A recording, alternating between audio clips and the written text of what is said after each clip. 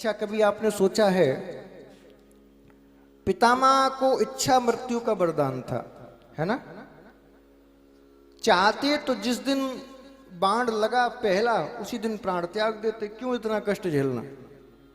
है? आपके और हमारे जीवन में तो छोटी सी भी समस्या आ जाए तो लोग क्या कहते हैं, इससे अच्छा तो मर ही जाते हैं, भगवान उठा ले हमें। सुनो, ज्यादा मत कहा करो, किसी दिन सुन लिया तो गड़बड़ हो जाएगी। फिर भी नहीं मरे, क्यों? क्योंकि बंधु, इस संसार में जो भी व्यक्ति आता है और जब तक आता है वो किसी ना किसी उद्देश्य के लिए आता है।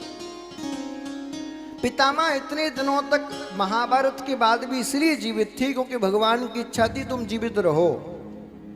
क्यों? बोले तुमसे काम निकलवाना है मुझे। इस संसार में उसी को जीवित रखते हैं जिससे भगवान को कोई काम निकलवाना होता है। क्या काम निकलवाना है भैया? अब तो बाणों की सैया पर हैं तो तीर चला नहीं सकते, अब कौन सा काम निकलवाओगे? जिस समय संपूर्ण महाभारत का युद्ध जीत गए पांडव, धर्मराज युधिष्ठिर को वैराग्य हो गया। अब आप सोचिए, राजा को वैराग्य हो जाए तो प्रजा का क्या होगा? राजा को वैराग्य नहीं होना चाहिए। और ऐसा वैराग्य हो गया, ऐसा वैराग्य हो गया कि अपने राज मुकुट को उतारा और गद्दी पर रख दिया और कहने लगे, आज से मुझे राजा नहीं बनना, मैं तो जा रहा हूं वन में साधना करने के लिए। सारे पांडव घबराने लगे, अब क्या होगा? जिनके लिए हमने इतना बड़ा युद्ध किया, संपूर्ण धरती को जीता, वही कह रहे हैं कि मुझे नहीं राजा बनना, हमारी पूरी मेहनत बेकार। क्या करें?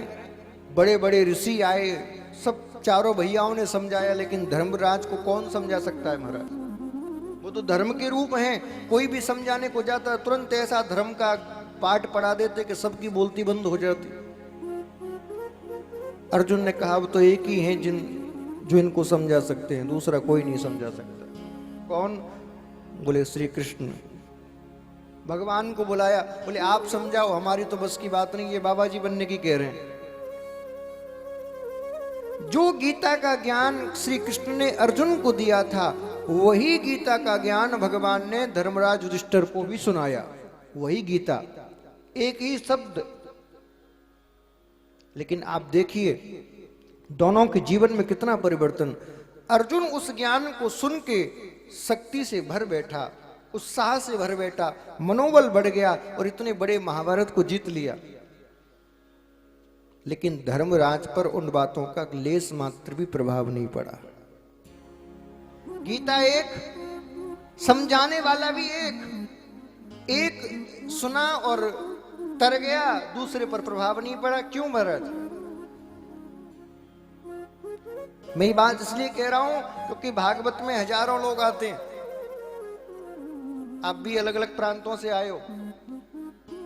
कोई भागवत एक कथा सुनता है और एक ही कथा में महाराज जीवन बदल लेता है, और कोई जीवन भर सुनता रहे फिर भी प्रभाव नहीं पड़ता। क्यों? क्योंकि जो हमें सिखा रहा है, जो हमें सुना रहा है, जब तक उसके प्रति गुरु भाव नहीं होगा, समर्पण भाव नहीं होगा, तब तक उस ज्ञान का हम पर प्रभाव ही नहीं पड़ेगा। जब तक श्री कृष्ण को अर्जुन ने मित्र माना, भाई माना, तब तक भगवान ने ज्ञान नहीं दिया, तब तक गीता नहीं सुनाई।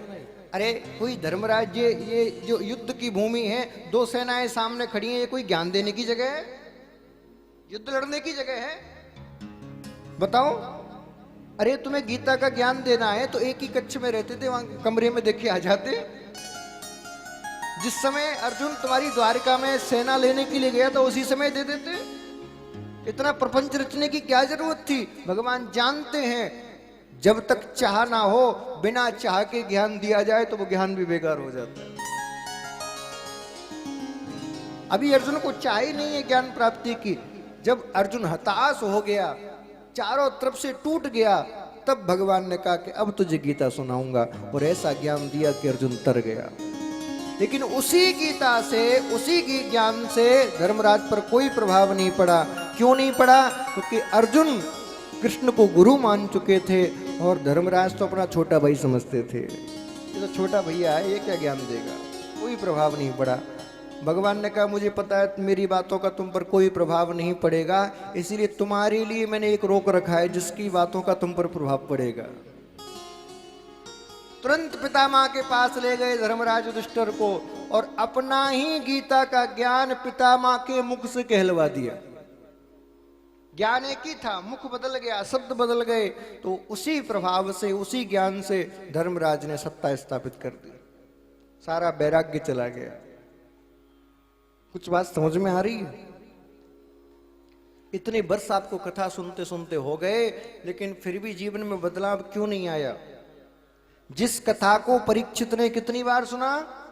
जोर से कहिए, जोर से कहिए। कितनी बार? एक बार। धुंधकारी ने कितनी बार सुना? हाँ, एक बार। भक्ति ज्ञान वैराग्य ने कितनी बार सुना? आप कितनी बार सुन चुके हो? हाजी, कोई गिनती नहीं महाराज। कई लोगों ने तो कथा को महाराज स्लीपिंग पिल्स की तरह उपयोग करना शुरू कर दिया है।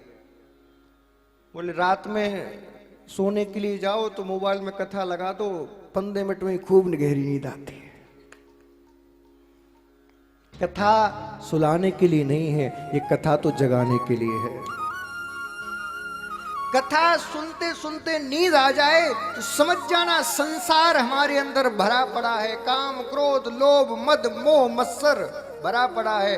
कथा का एक श्लोक, एक वाक्य कान में जाए, गहरी नींद से भी उठ जाओ तो समझ जाना कृष्ण मिलने वाले हैं।